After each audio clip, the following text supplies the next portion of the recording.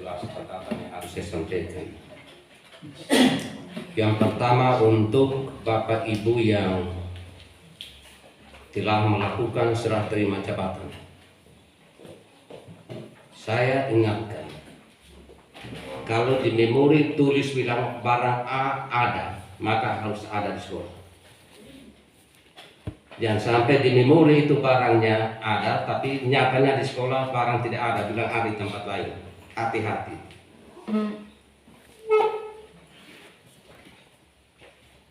Ini harus, terutama barang-barang inventaris. Beda dengan barang-barang habis pakai. Kalau kemarin yang sisa kertas ada 150 ring, tiba-tiba bilang hanya ada 50, tidak soal, karena namanya barang habis pakai. Tetapi yang namanya inventaris, yang dibelanja pakai dana BOS, tidak ada alasan untuk barang itu tidak ada di sekolah, karena sudah tulis di memori serah terima jabatan.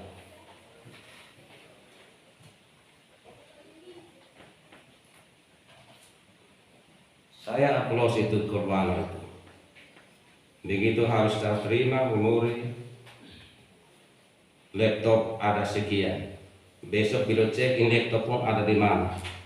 Tapi beliau sudah berusaha untuk semua barang itu sudah ada di sekolah. Baru beliau atur, oh Pak ini pegang ini, Ibu ini pegang ini. Ya harus seperti itu.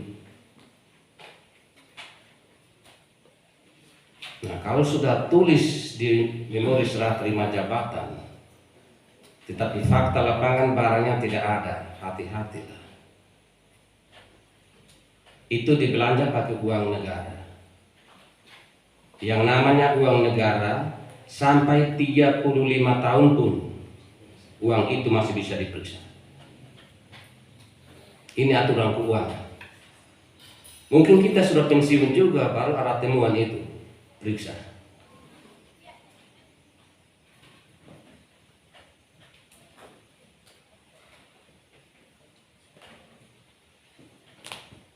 Tidak boleh mengulangi peristiwa di Taman Eden. Ada itu perempuan yang Tuhan kasih itu yang berkehara. Hawa bilang itu ular yang berkehara.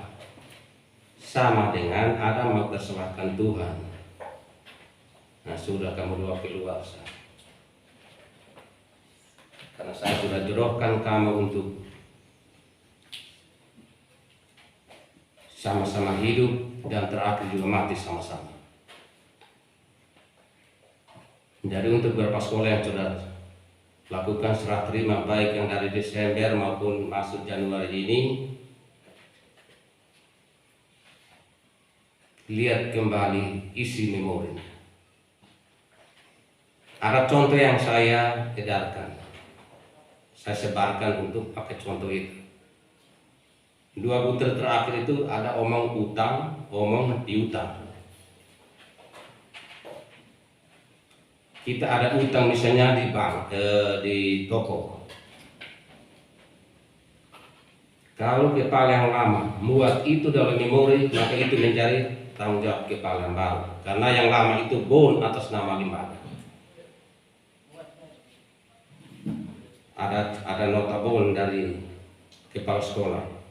Walaupun beliau tidak pergi, ada teman yang diutus dalam hal ini mungkin bendahara, tetapi ada tanda tangan dan cap kepala sekolah.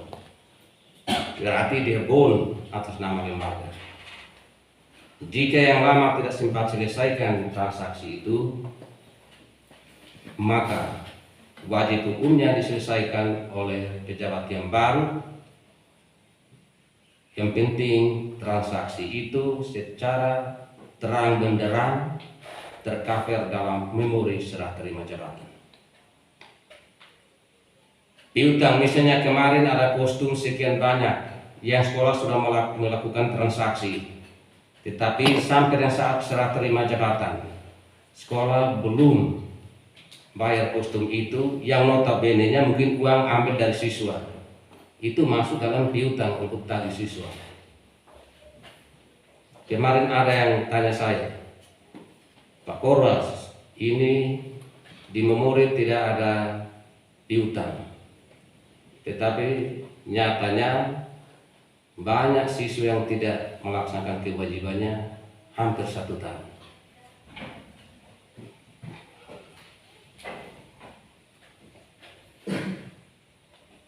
Kalau mereka bilang, kira-kira kami tagih kok tidak usah. Kalau saya mau bikin susah dia, saya bilang tidak usah tagih lagi karena tidak ada dalam memori. Tetapi saya tidak mau bikin susah saudara saya sebagai pejabat kembali. Saya bilang tagih saja. Yang penting masih ada catatan jelas, walaupun tidak tercover pada memori serah terima, tetapi ada catatan jelas di bendahara sekolah, maka itu boleh ditagih.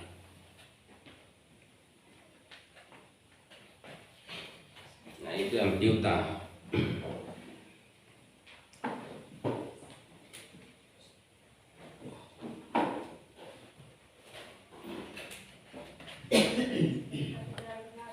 Jadi itu tolong ingat, jika di antara kita yang telah melakukan serah terima jabatan dan di dalam memori serah terima jabatan itu ada barang-barang inventaris yang disebutkan bahwa ada di sekolah, tetapi fakta lapangan tidak ada atau bilang ada di sana, segera konfirmasikan untuk barang itu ada di sekolah.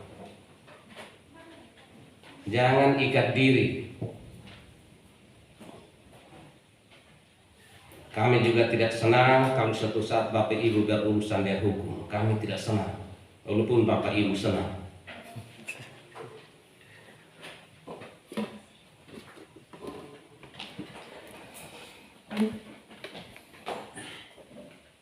Saya kasih contoh, itu hari karena ada kepentingan tertentu, saya pinjam meja sekolah 1 taruh di rumah. Tapi meja itu sudah ada label inventaris sekolahnya. Begitu serah terima jabatan kepala sekolah, saya antar kembali dulu. Nanti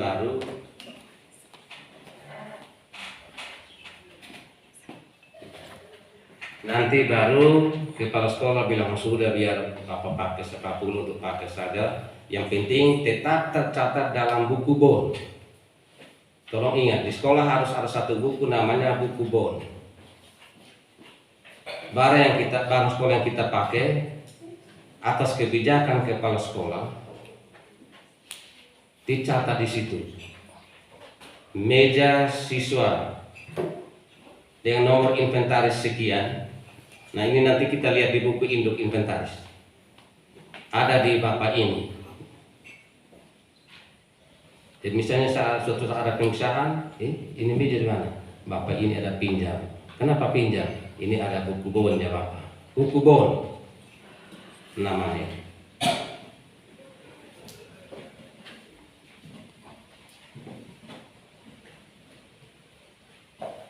Yang pertama, jadi kita berharap tidak ada yang berhubungan dengan yang saya bicarakan ini. Semoga tidak ada.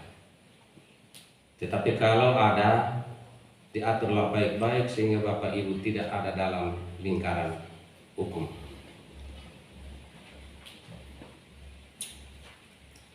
Hal yang kedua, untuk sementara Bapak Ibu yang hadir ini pasti sudah selesai rekon. Adik itu hari kami sudah rekon di SMA 5. Iya betul, itu kegiatannya Dinas BK. Sebagai rekon awal untuk nanti BKAD lakukan rekon berikut, kita enak di sana. Wajib hukumnya ikut lagi rekon yang di kantor gubernur, BKAD kok atau inspektorat. Ini ya BKAD. Yang saya tahu itu BKAD, Bapak Ibu soal pandang ya saya bingung. Iya. Karena mereka yang urus aset di satu Republik NTT ini.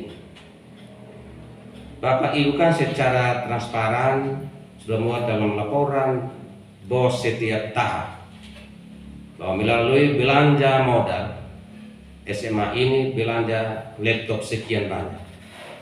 Harus buku tajunya kan lengkap.